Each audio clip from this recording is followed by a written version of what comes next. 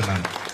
ఈరోజు వైఎస్ఆర్ కూడా చాలా మంది మాట్లాడుతుంటారు. నెమ్మది బయటకు వచ్చినారు. గత 4 రోజులు గ్యాప్ పడింది కదా, బాగా గ్యాప్ పడింది కాబట్టి బయటకు వస్తున్నారు. బయటకు వచ్చి మాట్లాడుతున్నారు, ఎగురుతున్నారు, లేస్తున్నారు, మళ్ళీ కూర్చున్న కూడా పైకి లేబట్టినారు.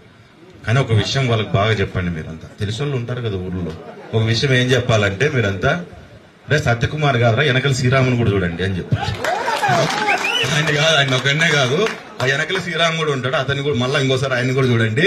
రేపు పరిస్థితులు ఏ రకంగా ఉంటాయనేది మీరు కూడా జాగ్రత్త. దయచేసి కలిసి రండి, కలుపుకుంటాం. ఎదురుపోయినారా వ్యతిరేకమే.